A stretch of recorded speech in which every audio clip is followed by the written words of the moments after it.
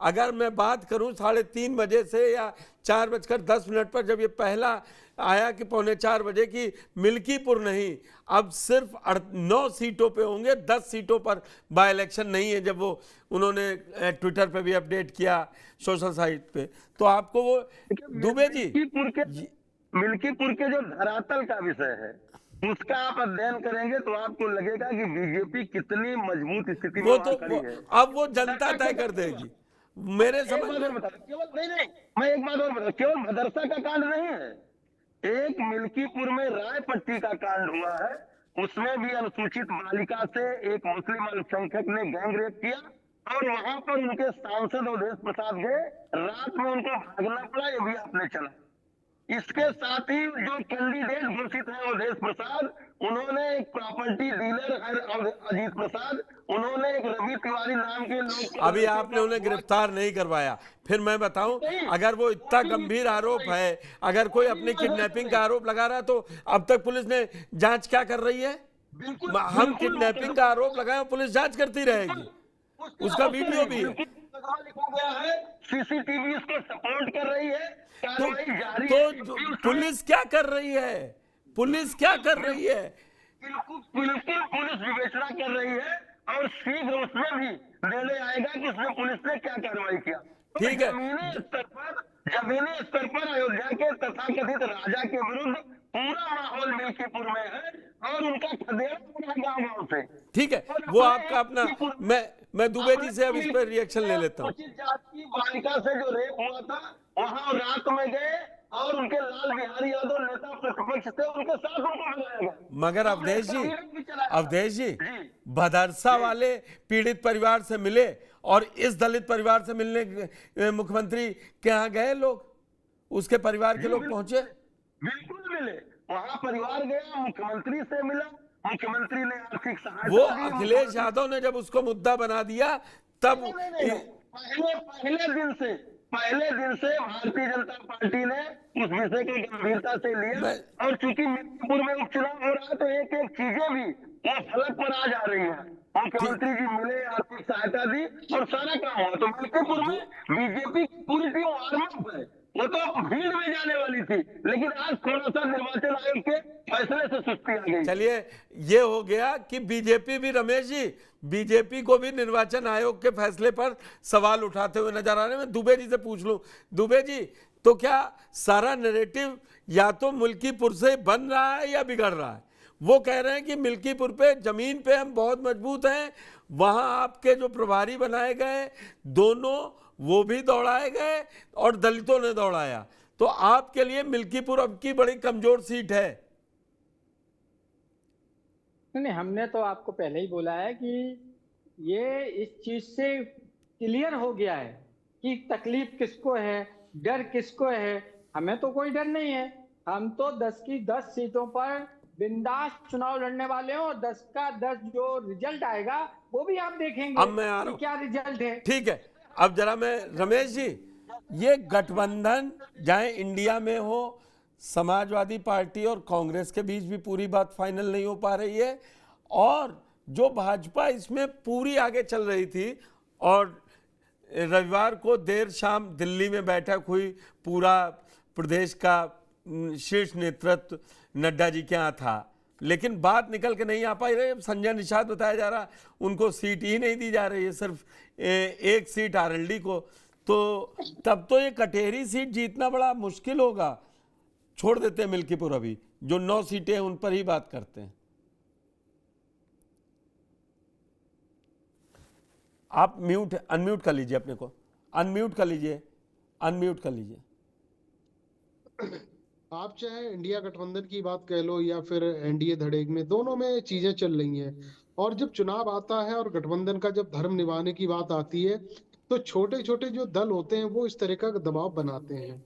और जहां तक अगर आप जमीन पे उतर के देखो, गठबंधन की अगर बात करो, उनके जनाधार की बात करो, तो ये एक जिनका ज्यादा जनाधार नहीं है, और चाहे निषाद साहब हो जाए, ओपी राजभर साहब हो जाए, उनको भी 2-2 3-3 सीटें चाहिए, जबकि रेसो वाइज अगर आप देखो 10 में उनके इससे कुछ भी नहीं आ रहा है।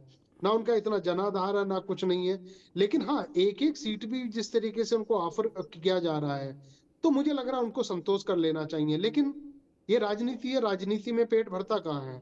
और रही बात, जैसे आपने कहा, दोनों सपा और बीजेपी के प्रवक्ताओं से आपने पूछा कि ये जो मामला है अभी किनके पक्ष में जा रहा था और किनके पक्ष में जाएगा, यहाँ पे थोड़ा सा गंभीरता दिखाने की जरूरत है, मुझे लग रहा भारतीय जनता पार्टी को। आज जो ये चीजें हुई हैं, अभी तक मिल्कीपुर आपने का जो मदरसा जो कांड हुआ था, तो उस समय एक बड़ा माहौल बन गया था, भारतीय जनता पार्टी के पक्ष में जाता हुआ दिखाई दे रहा था। लेकिन आज जो हुआ है, इसके बाद जो सहानुभूति है, फिर वो कमबैक कर गई है समाजवादी पार्टी की तरफ। तो अगर आप 17 का और 12 का और फिर उसके 22 का अगर रिजल्ट का अगर आकलन करें, तो वो जो पलड़ा है वो समाजवादी पार्टी के तरफ जाता दिखता है। अब इस हिसाब से भारतीय जनता पार्टी जब भी चुनाव करवाती है, चाहे बाई इलेक्शन हो जाए, चाहे स्टेट का हो या कोई भी चुनाव होती है, उनकी इंटरनल सर्वे एजेंसियां से वो जरूर नवेश टटोल लेते हैं कि वहां क्या होने वाला है। मिल्कीपुर में भी इन्होंने सही करा है, मिल्कीपुर की सीट इनके पास अभी गड़बड़झाने में है। उनको लगता है कि अगर आपकी मिल्कीपुर रिपोर्ट क्या निकल कह गया, रही है? आपकी भी रिपोर्ट बड़ी तथ्यात्मक रहती है। देखिए मिल्कीपुर पूरी सपाट है, यहाँ पे भारतीय जनता पार्टी के पास खोने के लिए कुछ नहीं है। अगर अच्छे मार्जिन में साथ में सेकंड पोजीशन में अगर वो फाइट करते हैं तो गनीमत रहेगी। लेकिन पुष्कर जी, आज की डेट में जिस सीट पे जो कहता है कि इस सीट पे तो भारतीय जनता पार्टी हारने वाली है, लेकिन जब रिजल्ट का पिटारा खुलता है वहीं से जीत जाती है। तो इसलिए पूर्व और जल्दी समीक्षा करना सही नहीं होता। हम ठीक लोग है। हरियाणा वाले में क्या कर रहे थे, हरियाणा चुनाव में यही कह रहे थे, चैनल भी कह रहे थे 9:30 हम बजे तो तक क्या हुआ, हम कोई यूपी 60 पे ही बता लगे रहा हुए थे। हमने था, कोई 60 बता रहा था, कोई 70 बता। अब तो हम तो अलग अलग चैनलों पे थे, तो कोई 60 बता रहा था, कोई 70 तक पहुंच जाता। लेकिन उसके बाद में क्या चीजें हुई हैं लेकिन फिर मगर भी बीजेपी कंटिन्यूअसली एक चीज कह रही थी कि जब रिजल्ट आए तब आप देखिएगा, और 7 तारीख को भी नायब सैनी ने कहा था फिर मत रोइएगा, और नहीं, हुआ तो भाई वही। साहब, आम आदमी पार्टी के हमारे दिल्ली वाले भी तो यही कह रहे थे, केजरीवाल भी कह रहे थे जिस दिन पिटारा खुलेगा ईवीएम का हम सरकार बनाएंगे। और दूसरे दुष्यंत चौटाला भी कह रहे थे कि हमारे बिना किसी की सरकार नहीं बनेगी। क्या हुआ उनका भी? 0/0 सन्नाटा। अगर पहली बार भी कोई चुनाव लड़ता है, प्रशांत किशोर जिस तरीके से बिहार में उछल कूद मचा रहे हैं, वो भी साथ कह रहे हैं कि किसी बाई इलेक्शन में वो भी कैंडिडेट उतार रहे हैं, तो उनसे भी अगर आप पूछोगे तो वो ये थोड़ी तो वो कहेंगे भी हम हार रहे जीतेंगे। हैं, वो भी ठीक है। कहेंगे हम जीत रहे हैं। तो मैं कोई पॉलिटिकल पार्टी अपने आप को कमतर नहीं आंकता है। नवीन जी, आप किस तरीके से बसपा को इस बार देख रहे हैं? बसपा 5 सीटों पर कैंडिडेट का ऐलान कर चुकी है, समाजवादी पार्टी ने 6 सीटों पर ऐलान कर दिया है, और आजाद समाज पार्टी भी चुनाव लड़ रही है। जितनी ज्यादा लोग लड़ेंगे चुनाव, मुझे ये समझ में आ रहा है कि वो नुकसान सपा कांग्रेस गठबंधन को होता दिखाई देगा और बीजेपी को फायदा। तो आप अभी क्या आकलन कर रहे हैं? बीएसपी जितना बढ़ेगी उतना घाटा किसको होगा और फायदा किसको होगा?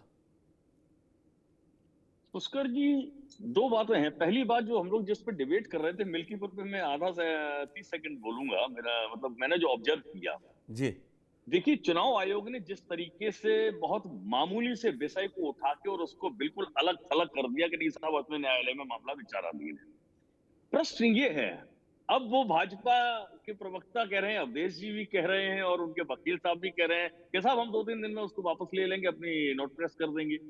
आप नोट प्रेस कर देंगे, और अगर ये प्रक्रिया पूरी होने में 6 से 7 दिन का समय लग गया, तो क्या होगा? मिल्कीपुर का चुनाव क्या कोई अलग डेट में होगा, अकेली डेट में होगा?